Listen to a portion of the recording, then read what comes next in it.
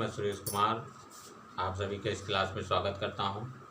पिछली क्लास में वृत्त पर आधारित प्रमेयों पर आधारित 6 प्रश्न हमने बताया था। उसके आगे देखिए प्रश्न संख्या 7 कि जैसे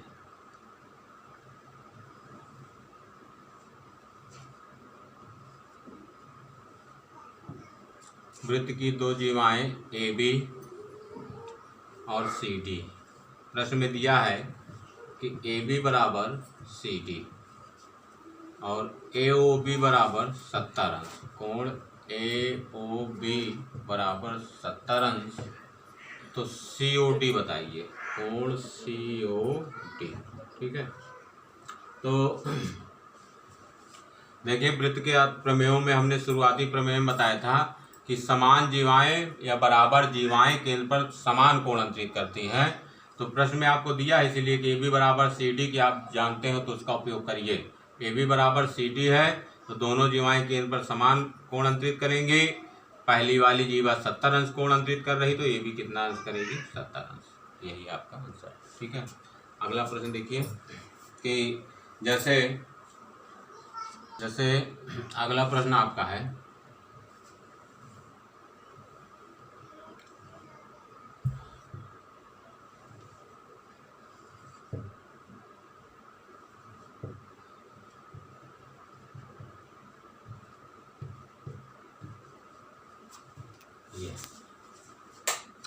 कि ये केंद्र है ओ, आपको ओ ए बी दिया है 35 अंश 35 और ए सी बी पूछा है, कोण ए सी बी कितना होगा। इस प्रश्न में आपको कोण ए बराबर 35 अंश दिया है, कहें ओ ए बी बराबर 35 अंश दिया है और कोण ए सी बी पूछा है। चलिए देखिए केंद्र है, केंद्र से बराबर दूरी पर स्थित या परिध पर स्थित ओ ए और ओ बी वृत्त की त्रिज्याएं हैं। ठीक है, जब त्रिभुज में 2 भुजाएं बराबर हैं तो उनके सम्मुख कोण भी बराबर होंगे। दोनों बराबर भुजाओं के सम्मुख कोण, इस बराबर भुजा का सम्मुख कोण, इसका सम्मुख ये, तो ये भी 35 अंश होगा। त्रिभुज के तीनों कोणों का योगफल 180 अंश होता है। मतलब त्रिभुज ओ ए बी को देखिए, इस त्रिभुज के तीनों कोणों का योगफल 180 अंश होगा। अगर 35 35 70 हुआ तो 180 में 70 घटाएंगे तो क्या हो जाएगा? 110 और 110 हो गया। और केंद्र पर बना कोण शेष परिध पर बने कोण का 2 गुना होता है, या ये वाला कोण इसका आधा हो जाएगा। 110 का आधा क्या होता है? 55 अंश। इसका आंसर क्या होगा बेटा? 55 अंश। ठीक, चलिए अगला प्रश्न। प्रश्न में देखिए जैसे एक वृत्त, ये केंद्र है ओ ए बी, तो देखिए इस बिंदु द्वारा परिध पर बना कोण आपको दिया गया है कितना? 40 अंश।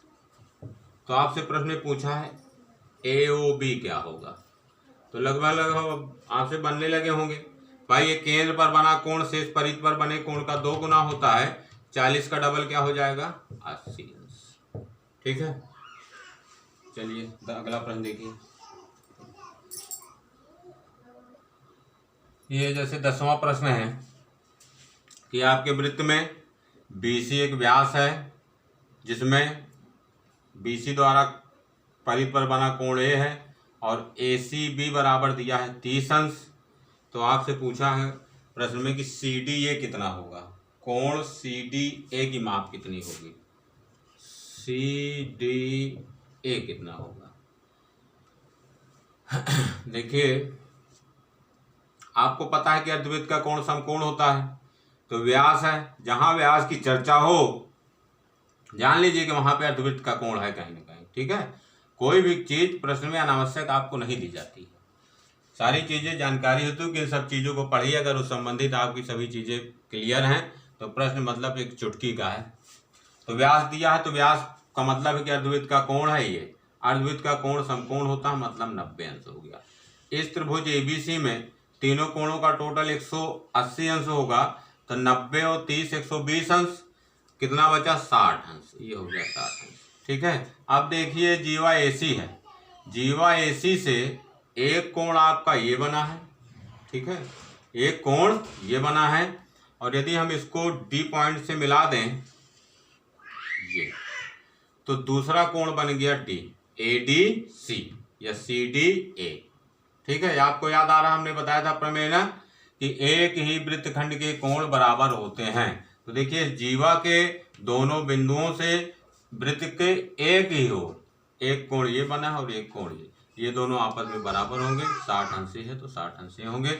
मतलब प्रश्न में जो पूछा गया था कोण CDA बराबर ये क्या होगा, 60 अंश होगा, ठीक है। चलिए अगला प्रश्न देखिए। ये प्रश्न संख्या 11 आपको कि त्रिभुज ABC और BDC के परिवृत्त खींचे गए हैं। परिवृत्त मतलब त्रिभुज के जो शीर्षों से होके जाएं, ये परिवृत्त खींचे गए हैं, जिसमें कोण A बराबर 50 अंश, DBC बराबर 60 अंश, तो BCD बताइए। आपसे ये वाला कोण पूछा, BCD। तो सबसे पहले ध्यान दीजिए, ये एक जीवा है और जीवा द्वारा या दो बिंदुओं द्वारा एक ही खंड पर बने कोण बराबर होते हैं। प्रमेय में हमने बताया था कि एक ही वृत्तखंड के कोण आपस में बराबर होते हैं। तो देखिए इससे एक कोण यहाँ पर बना 50 अंश, और इसी दो बिंदुओं से यहाँ पे बन रहा है, इसके बराबर होगा, तो ये भी कितना होगा बच्चों, 50 अंश, ठीक है। आप त्रिभुज BCD में देखिए, त्रिभुज BCD में त्रिभुज के तीनों कोणों का टोटल 180 अंश होता है। तो 60 और 50 110, 180 से घटा दोगे तो कितना हो जाएगा, 70 अंश। तो आपका आंसर क्या होगा, कोण BCD बराबर 70 अंश, ठीक है। उम्मीद है कि आप लोगों को समझ में आ रहा होगा। चलिए आगे चलते हैं। देखिए अगला प्रश्न आपका कि दिए गए वृत्त में इसका केंद्र O है, जिसमें CAO बराबर 40 अंश, तो BOD का मान बताइए। ये कोण आपसे पूछा गया है, ठीक है। देखिए यदि मान लीजिए BC है, अगर आप इस पे जीवा एक खींचे होते तो इस जीवा द्वारा एक ही खंड में दो कोण बने हैं, एक ये है और एक ये है, और एक ही वृत्तखंड के कोण बराबर होते हैं, 40 अंश है तो ये भी 40 अंश होगा। आप जानते हैं कि त्रिज्या OD और त्रिज्या OB है, दोनों आपस में बराबर है, तो 40 अंश है तो 40 अंश ये भी होगा, ठीक है। 40 अंश है तो 40 अंश ये भी होगा। त्रिभुज के तीनों कोणों का टोटल 180 अंश होता है। जब 40 40 80 हो गया तो कितना बचेगा बेटा, 100 अंश बचेगा। समझ में आया। चलिए अगला प्रश्न बताते हैं। अगला प्रश्न आपका कि इस वृत्त में BC आपके वृत्त का व्यास है और दिया है OAB। OAB मतलब ये वाला कोण 60 अंश दिया है, ठीक है। आपसे पूछा है CDA कितना होगा, मीन्स ये कोण। लेकिन इनको ध्यान दीजिए, इसमें है कुछ नहीं, लेकिन अगर नहीं जान रहे हैं तो फिर बहुत कुछ है, समझिए इसको। देखिए केंद्र दिया है तो जान लीजिए केंद्र का यूज है, समझ रहे हैं। प्रश्न में एक एक शब्द आपका सभी उपयोगी होता है, कोई भी यूजलेस नहीं। प्रश्न में दिया था कि वृत्त का केंद्र O है, तो इसका मतलब कि इसका भी कहीं न कहीं यूज है। एक केंद्र है तो केंद्र से खींची गई OA और OB त्रिज्याएं हैं, तो OA और OB जब त्रिज्याएं हैं तो इस त्रिभुज में OABO में जब दो भुजाएं बराबर हैं तो ये भी इनके सम्मुख कोण भी बराबर होंगे। ये 60 अंश था तो ये कितना होगा बेटा, 60 अंश होगा, ठीक है। यहाँ तक आपको क्लियर है। फिर देखिए कि अगर पॉइंट A और C पे आप एक जीवा खींचे होते, ठीक, तो इस जीवा द्वारा, जीवा देखिए जीवा खींचने से या दो बिंदुओं से, हमने बताया ना कि चाप भी आपका दो भागों में विभाजित कर देता है वृत्त को, जिसको कहते हो लघु चाप और दीर्घ चाप। जीवा भी आपका वृत्त दो खंडों में विभाजित कर देता है, जिसको आप दीर्घ वृत्तखंड और लघु वृत्तखंड कहते हैं, ठीक है। तो जीवा द्वारा एक ही खंड में बने कोण आपस में बराबर होते हैं, जो प्रमेय बताए थे कि एक ही वृत्तखंड के कोण आपस में बराबर होते हैं। तो देखिए जीवा द्वारा एक कोण बना है, कहाँ, ये बना, और दूसरा कोण इसी जीवा द्वारा कहाँ बना, ये बना। तो ये दोनों कोण आपस में बराबर होंगे, कितना होगा 60 अंश होगा। उम्मीद है कि ये प्रश्न आपको अच्छे समझ में आया होगा, या जो भी इस वीडियो में क्लास में हम बता रहे हैं आपको क्लियर से समझ में आ रहे हैं। चलिए देखिए हम और प्रश्न बताते हैं। अगला प्रश्न कि प्रश्न संख्या 14 है कि वृत्त में AB और CD दो प्रतिच्छेदी जीवाएं हैं। प्रतिच्छेदी का मतलब जो एक दूसरे को इंटरसेक्ट करे या काटे। दो प्रतिच्छेदी रेखाएं हैं जिसमें BAC बराबर 30 अंश, DCB बराबर 70 अंश। तो आपको बताना है CBD कितना होगा। CBD मतलब ये वाला कोण। ये तो आप जानते हैं कि जो बिंदु बीच में होता है उसी बिंदु पर कितना कोण है, और C और D का मतलब देखो, CBD का मतलब है CB और DB। CB और DB भुजाओं द्वारा कोण जो बन रहा है, ठीक है, ये बताना है CBD। तो देखिए कैसे बताएंगे आप। ये जीवा CB दी गई है या BC कहें। ये जीवा से एक ही वृत्तखंड पर बने कोण बराबर होंगे, तो अगर ये 30 अंश है तो ये भी 30 अंश होगा। ठीक बच्चों ना भाई, ये 30 अंश है तो ये भी 30 अंश होगा। चलिए आगे इस त्रिभुज में, अब एक त्रिभुज देखिए BCD। त्रिभुज BCD में भाई तीनों, किसी भी त्रिभुज में तीनों कोणों का टोटल 180 अंश होता है, तो 70 और 30 100 हो गया। कितना बचेगा 80 अंश। तो CBD का आंसर क्या मिला 80 अंश। ठीक है, तो हम जैसा कि पहले ही बताए थे कि प्रश्नों में है कुछ नहीं, बशर्ते आपको प्रमेयों को, सभी प्रमेयों को जो भी हम आपको बताए हैं पहली क्लास में, जितनी भी प्रमेय हैं उनको आप ध्यान में रखिए और उनका यूज समझिए। पहली क्लास में हमने बता दिया है कि इसका मतलब क्या होता है, इन प्रमेयों का आप कैसे यूज करेंगे।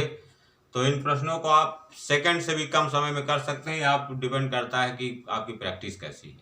ठीक है, चलिए अगला प्रश्न बताते हैं आपको। देखिए अगला प्रश्न, दिए गए चित्र में या वृत्त में AB एक जीवा है। देखिए आपको केंद्र आपको अलग दिख दर्शा दिया गया है। ठीक है, वृत्त संबंधी प्रश्नों को हल करते समय आप केंद्र का विशेष ध्यान दिया करें, नहीं तो आप सोचे कि AB जीवा है, परिध पर बना कोण है, इसको अर्धवृत्त का कोण बता करके 90 अंश बता दीजिए। ठीक है, ऐसा नहीं है। ये जीवा है, AB है। ठीक है, आपको दिया है AEB बराबर 100 अंश, AEB बराबर 100 अंश, EBC बराबर 30 अंश, ये वाला कोण। ADB पूछा गया है, ये पूछा गया।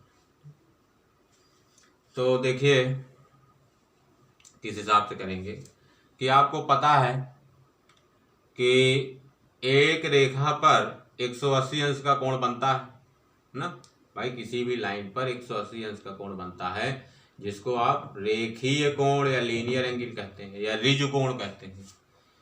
तो 180 अंश का कोण बनेगा, या अगर ये 100 अंश है तो इसका दूसरा भाग कितना हो जाएगा बेटा 80 अंश। ठीक है, एक त्रिभुज में तीनों कोणों का टोटल 180 अंश होता है, तो दो मिल गए हैं 80 और 30। किस त्रिभुज में, EBC में। इस त्रिभुज में दो कोणों के मान मिले हैं 80 अंश और 30 अंश, तो 80 और 30 110, 180 से घटाओगे तो क्या मिलेगा 70 अंश। अब देखिए जीवा द्वारा एक ही वृत्तखंड पे दो कोण बने हैं, दोनों बराबर होंगे, अगर 70 अंश है तो ये भी क्या होगा 70 अंश। ठीक है, तो इस प्रकार से आपको ADB का मान कितना मिला 70 अंश। ठीक, चलिए हम अगले प्रश्न की ओर चलते हैं। इसका अगला प्रश्न क्या है, देखिए अगला प्रश्न आपका कि इस वृत्त में O केंद्र है। देखिए हमने पहले ही बताया था कि अगर केंद्र दिया है तो उसका कुछ न कुछ यूज रहेगा। ये केंद्र है जिसमें OAB बराबर दिया है 30 अंश, OCB बराबर दिया है 50 अंश।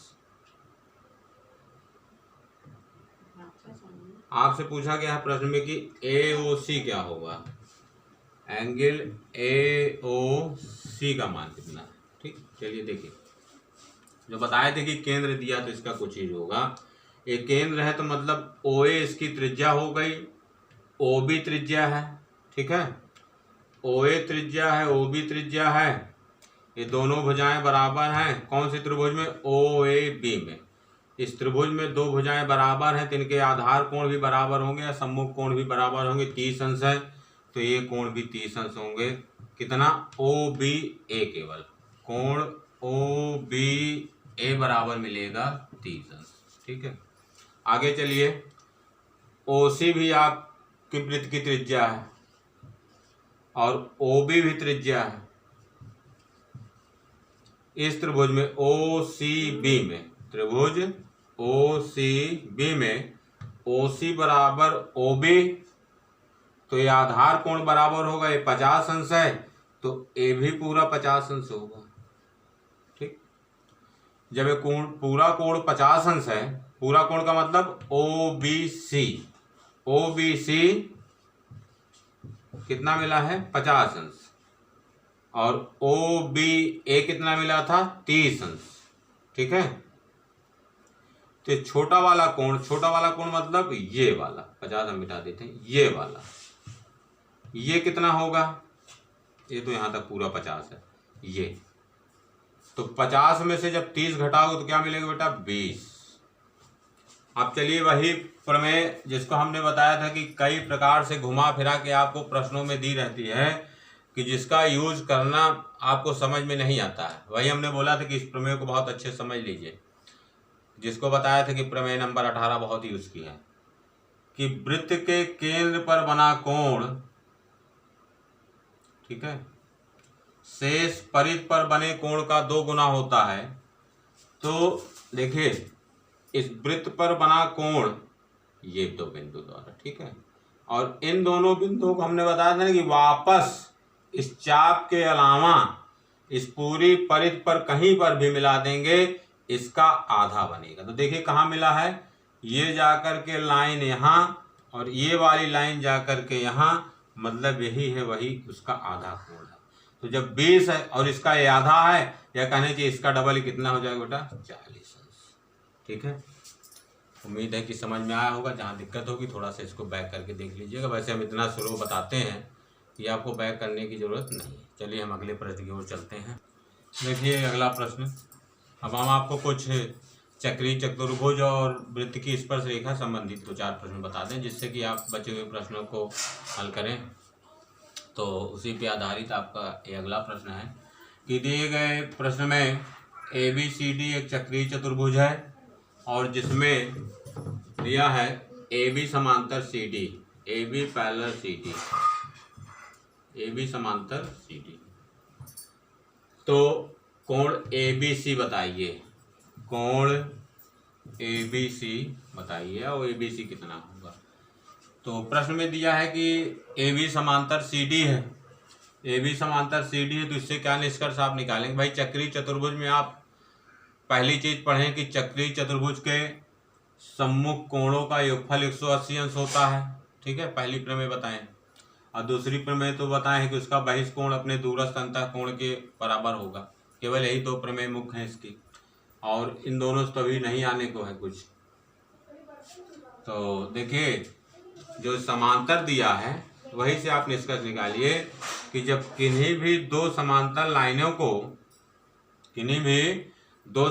लाइनों को एक कोई तिरछी लाइन काटती है या इंटरसेक्ट करती है, प्रतिच्छेद करती है, तो इनके अंतः कोण जो अंदर कोण बने हैं, ठीक, ये अंतः कोणों का योगफल 180 अंश होता है। ये रेखाएं एवं कोण जब पढ़ेंगे या कक्षा 9 में पढ़ाया जाता है रेखाएं एवं कोण, तो उसी में है कि जब 2 समांतर रेखाओं को कोई तिर्यक छेदी रेखा काटे तो अंतः कोणों का योगफल 180 अंश होता है। तो हमने आपको तो बता दिया कि भाई किसी भी 2 रेखाओं को जब कोई रेखा काटेगी तो जो अंदर कोण बनेंगे, अंदर कोण वाले अंतः कोण, बाहर जो बनेंगे बाह्य कोण, अंतः कोणों का टोटल 180 अंश होगा। तो प्रश्न में भी आपको दिया गया है कि AB समांतर है CD के, तो जब AB समांतर है CD के तो ये रेखा इसको प्रतिच्छेद कर रही है, तो इन दोनों कोणों का टोटल 180 अंश होगा। जब अगर 110 है तो इस क्या हो जाएगा? 70।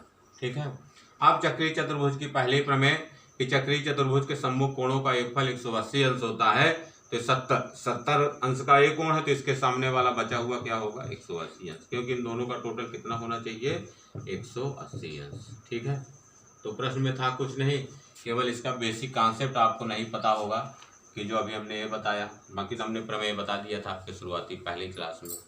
तो चलिए और कुछ प्रश्नों को हल करते हैं। अगला प्रश्न देखिए, अगला प्रश्न कि दिए गए चित्र में AB समांतर CD है। क्या दिया है, AB समांतर CD है, O वृत्त का केंद्र है, देखिए दिया है। ठीक, तो हमने पहले बताया कि प्रश्न में जो भी जानकारियां दी गई उसको बहुत ध्यान से पढ़िए कि इनका क्या यूज हम करेंगे इन प्रश्नों को हल करने में और कितनी जल्दी हल कर पाएंगे। ठीक है, देखिए O वृत्त का केंद्र है, तो इसका मतलब ये व्यास है, और व्यास के दोनों सिरों द्वारा वृत्त पर जहां भी कोण बनेंगे 90 अंश का होगा। जो प्रमेय आप पढ़े हैं कि अर्धवृत्त का कोण अर्धवृत्त का कोण समकोण होता है, तो ये व्यास है, व्यास के द्वारा जो परिधि पर बनेगा कोण वो 90 अंश का हो गया, तो हो गया 90 अंश। ठीक है, देखिए एक त्रिभुज में, त्रिभुज ABC में त्रिभुज के तीनों कोणों का एक फल 180 अंश होता है, तो 90, 30, 120 और कितना बचा 60 अंश। किसमें, त्रिभुज ABC में, इस त्रिभुज में। ठीक है भाई, 90 आपको पता चला अर्धवृत्त के कोण से, 30 अंश आपको प्रश्न में दिया है, तो 90 और 30 120, 180 में से 120 घटाओगे तो क्या मिलेगा 60 अंश, ये मिलेगा। आपको ये पता है कि चक्रीय चतुर्भुज, देखिए चतुर्भुज जब बना होता है तो जरूरी नहीं कि हर बार आपको प्रश्न में दे कि चक्रीय है, आपको देखना है कि चतुर्भुज के चारों शीर्ष वृत्त पर स्थित होने चाहिए, ABCD। अगर चतुर्भुज के चारों शीर्ष वृत्त पर स्थित हैं तो चक्रीय है। आपको हर प्रश्न में आवश्यक नहीं कि दिया जाए कि चक्रीय है, चक्रीय चतुर्भुज की पहचान बताई गई है तो आप जान लीजिए कि चक्रीय है। तो ये 120 अंश 60 अंश ये चक्रीय चतुर्भुज का सम्मुख कोण है, दोनों सम्मुख कोणों का टोटल 180 अंश होगा। अगर ये 60 है तो कितना मिलेगा 120। ठीक, अभी आपको एक जानकारी और दी गई थी प्रश्न में कि AB समांतर CD, AB समांतर है CD के, और इसके पहले वाले प्रश्न में हमने बताया आपको कि जब दो समांतर रेखाओं को कोई तिर्यक छेदी रेखा प्रक्षेद करती है तो अंतः कोणों का योगफल 180 होता है। अगर 120 है तो बचेगा कितना है 60 अंश। ठीक है, जब ये पूरा 60 अंश आपको मिला तो यहाँ तक तो 30 अंश आपको प्रश्न में दिया था, तो 60 में से जब 30 घटा देंगे तो कितना बच जाएगा बेटा 30 अंश। इस प्रश्न का उत्तर क्या होगा 30 अंश। ठीक है, चलिए अगला प्रश्न देखिए। देखिए अगला प्रश्न कि दिए गए चित्र में O वृत्त का केंद्र है, चतुर्भुज OABC, भाई चतुर्भुज तो ही 4 भुजाओं से घिरा हुआ चतुर्भुज OABC की भुजा AB को D बिंदु तक बढ़ाया गया।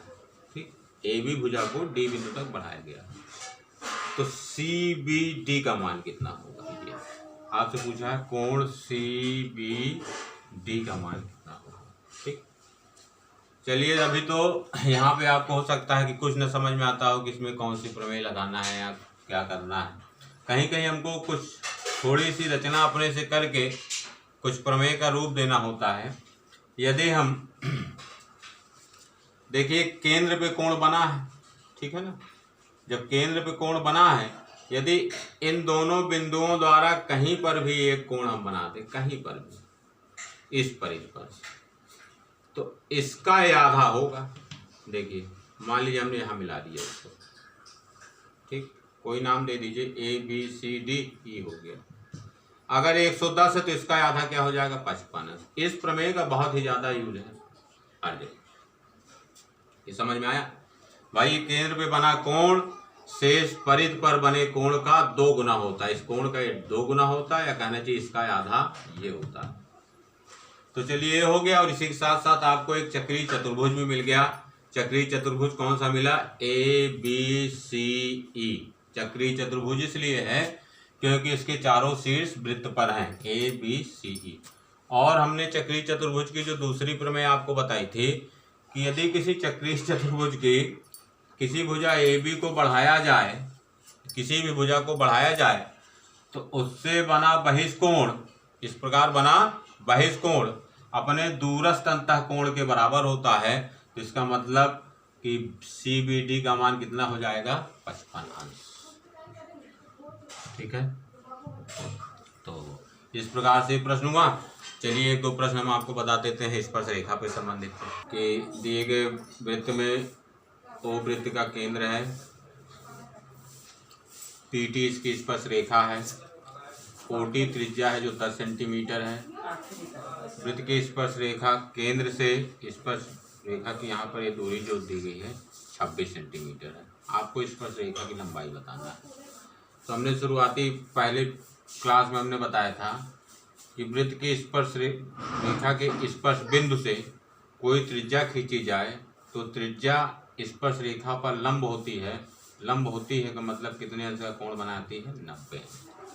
जब 90 अंश का कोण होता है किसी त्रिभुज में तो वो त्रिभुज समकोण होता है। समकोण त्रिभुज में किसी भी भुजा को निकालने के लिए हम पाइथागोरस प्रमेय का यूज करते हैं। देखिए समकोण के सामने एक भुजा कर्ण दी गई है और लंब आधार में से एक भुजा ये दी गई है 10, दूसरी भुजा निकालना है। और इसके पिछली क्लास में हमने ये भी बताया था कि आवश्यक नहीं कि हर जगह आप पाइथागोरस प्रमेय का ही यूज करके निकालें। देखा करें कि ये दोनों भुजाएं किस अनुपात में है, जैसे 26 है, 10 है और एक भुजा निकालना है। इसको सरल अनुपात विभाजित करिए, ये 2 से विभाजित है, 2 से भाग देंगे तो 13 बार जाएगा, यहाँ क्या जाएगा 5 बार। तो हमने बताया था कि समकोण त्रिभुज की कुछ भुजाओं को आप याद कर लीजिए। तो उनमें से एक दूसरी भुजा हमने बताया था 5, 12 और 13। ठीक है, जब आपने आधा किया था या 2 से भाग दिया था तो इसको भी इसको 2 गुना कर देंगे, कितना हो जाएगा 24 सेंटीमीटर। यहाँ पे आपको कोई कैलकुलेशन करने की जरूरत नहीं। वहीं पर हमने बताया था कि अगर आप इन 2-3 अनुपातों को याद कर लेंगे तो समकोण त्रिभुज की कोई भी 2 भुजा दी रहेंगी, तीसरी भुजा आप आराम से निकाल सकते हैं। और बाकी आप निकालना चाहें तो वैसे भी निकाल सकते हैं। कि आपको मान लीजिए लंब आधार में से कोई एक भुजा निकालना है तो कर्ण दिया है 26, कर्ण का वर्ग माइनस लंबे आधार का वर्ग 10 का वर्ग, 26 का वर्ग क्या होता है 676, 10 का वर्ग 100, 676 में से 100 घटाओगे 576 और 576 का वर्गमूल क्या होता है 24 सेंटीमीटर। तो PT बराबर क्या हो गया 24 सेंटीमीटर। अब अगला प्रश्न देखिए, दिए गए वृत्त में बाह्य बिंदु P से 2 छेदक रेखाएं खींची गई हैं, PBA और PDC, जिसमें आपको PA बराबर दिया है 8 सेंटीमीटर, PD बराबर दिया है 4 सेंटीमीटर और CD बराबर दिया है 3 सेंटीमीटर। PB की मान बताना है क्या होगी। तो प्रमेय हमने पहली क्लास में जहाँ समझा रहे थे वहाँ बताए थे कि यदि किसी वृत्त के बाह्य बिंदु से कोई छेदक रेखा खींची जाए, कोई छेदक रेखा PBA खींची जाए, 2 छेदक रेखाएं PBA और PDC, तो इनमें क्या संबंध होता है PA मतलब पूरी रेखा, PA इंटू PB बराबर PC into PD, PA into PB बराबर PC इंटू PD होगा। तो इसके बाद तो अब कुछ नहीं बचा, केवल मान रखना है PA बराबर दिया है 8, PB आपको निकालना ही है, PC देख लीजिए कितना होगा 4 और 3, भाई यहाँ तक CD है और ये PD है, दोनों मिला के 4 और 3 7 हुआ। PD आपको 4 दिया है, 4 दूनी 8, ठीक है 2 बार कटा तो PB बराबर हो जाएगा 7/2, 7/2 या 3.5। ठीक है, PB का मान कितना मिल जाएगा बच्चों 3.5 सेमी। तो इसी पे आधारित आप एक आध प्रश्न और देखिए तो आज की क्लास अब समाप्त होगी। बाकी आप लोग वृत्त संबंधी जितने भी प्रश्न हैं इनको आप अभ्यास कीजिए, आपके पास जो भी किताबें हैं, कोई भी किताब हो। अब हमने जो आपको पढ़ा दिया है 3 क्लासों में, अब इसके बाहर से कोई भी नई जानकारी आपसे या नई जानकारी संबंधित कोई प्रश्न नहीं पूछे जाएंगे। संबंधित हमने लगभग सभी जानकारी दे दी है और सभी प्रकार के लगभग प्रश्न बता दिए हैं। फिर भी यदि नहीं बनते हैं तो आप कमेंट करिएगा किसी प्रश्न के लिए, तो हम उनके आंसर अगले वीडियो में बताएंगे। अगला प्रश्न एक देख लीजिए कि जैसे जो हमने एक प्रमेय बताए थे कि अगर वृत्त की दो जीवाएं एक दूसरे को परिच्छेद करें, मान लो AB CD, ये दो जीवाएं एक दूसरे को परिच्छेद कर रही हैं। इसमें आपको वृत्त के केंद्रों से कोई विशेष मतलब नहीं होता, दिया हो या ना दिया हो कोई मतलब नहीं। यहाँ से मान लीजिए यहाँ पर किसी बिंदु P पर काट रही, ठीक, दिया है कि वृत्त की दो जीवाएं AB और CD एक दूसरे को बिंदु P पर परिच्छेद करती हैं, जिसमें AP बराबर 4 सेमी यहाँ से यहाँ तक केवल, और PB बराबर 6 सेमी तथा CP बराबर 5 सेमी CP केवल। तो PD का मान बताएं। तो हमने बताया था कि यदि वृत्त की दो जीवाएं एक दूसरे को परिच्छेद करें तो इन जीवाओं के खंडों का गुणनफल आपस में बराबर होता है। खंडों का गुणनफल मतलब इस जीवा के दो खंड हैं AP और PB हैं, तो AP इंटू PB बराबर इस जीवा के दो खंड क्या हैं CP इंटू PD, तो CP इंटू PD। किताबों में तो लिखित रूप से दिया है कि इनसे बने आयतों के क्षेत्रफल बराबर होते हैं। तो आपको कथन वथन तो कहीं लिखना नहीं है, प्रश्न को हल करना है। इसलिए हमने आपको ऐसी भाषा बता रहे हैं कि जिससे आपको एक क्लियर समझ में आ जाए कि दो जीवाएं जब एक दूसरे को परिच्छेद करती हैं तो जीवाओं के खंडों का गुणनफल आपस में बराबर होता है। तो दो खंडों में विभाजित होंगी तो दोनों खंडों का गुणनफल ये आपस में बराबर होगा। 3 मान आपको दिए रहते हैं, चौथा तो आप निकाल ही सकते हैं। तो AP दिया है 4, PB दिया है 6, CP दिया है 5, PD निकालना है। 6 चौक 24 बटे 5 बराबर हो जाएगा PD, और भाग देंगे 5 चौक 20, दशमलव लगाओगे 5 अटे 40, तो 4.8 सेंटीमीटर होगा, ठीक है। और आज की क्लास का अंतिम प्रश्न या कहा जाए अंतिम जानकारी जो वहाँ पर हम पहली क्लास में आपको नहीं बताए थे शायद, उसको देख लीजिए कि यदि किसी वृत्त के बाह्य बिंदु से इस दो स्पर्श रेखाएं PA और PB खींची जाएं तो इनके स्पर्श बिंदुओं से खींची गई त्रिज्याओं के मध्य बना कोण, ये फिर से सुन लीजिए कि यदि किसी वृत्त के बाह्य बिंदु P से दो स्पर्श रेखाएं PA और PB खींची जाएं तो इनके स्पर्श बिंदु के लिए हमने पहली क्लास में बताया था कि जहां पर स्पर्श रेखा परिध को स्पर्श करेगी वही उसका स्पर्श बिंदु होता है। तो इसके स्पर्श बिंदु, इनके स्पर्श बिंदुओं मतलब दोनों स्पर्श बिंदुओं से खींची गई त्रिज्याओं के मध्य बना कोण, ये कोण, तथा स्पर्श रेखाओं के मध्य बने कोण संपूरक होते हैं। संपूरक का मतलब ये होता है कि ऐसे दो कोण जिनका योगफल 180 अंश हो। अगर थीटा है तो ये क्या होगा 180 माइनस थीटा, या इसको सरल शब्दों में जानिए कि इन दोनों का योगफल क्या होगा 180 अंश होगा, ठीक है। इस पे आधारित कोई प्रश्न पूछ सकते हैं कि अगर ये कोण 120 अंश है तो जीवाओं के और स्पर्श रेखाओं के मध्य बना कोण बताइए। तो 120 दिया है तो 180 टोटल होना चाहिए, तो 180 से 120 घटा दोगे कितना बचेगा 60। तो इस प्रकार से आज की क्लास यहीं पर समाप्त होती है। अगर कहीं भी किसी प्रकार की कोई भी दिक्कत होती है तो आज कमेंट्स में बताइए हमें, ताकि उसको अगले वीडियो में हम समझा सकें। और यदि आपको ये क्लास अच्छी लगी हो तो हमारे चैनल को सब्सक्राइब कीजिए, बेल आइकन प्रेस करिए ताकि आपको इसका नोटिफिकेशन समय समय से मिलता रहे। और चलते हैं अगली क्लास के लिए, तब तक के लिए नमस्कार।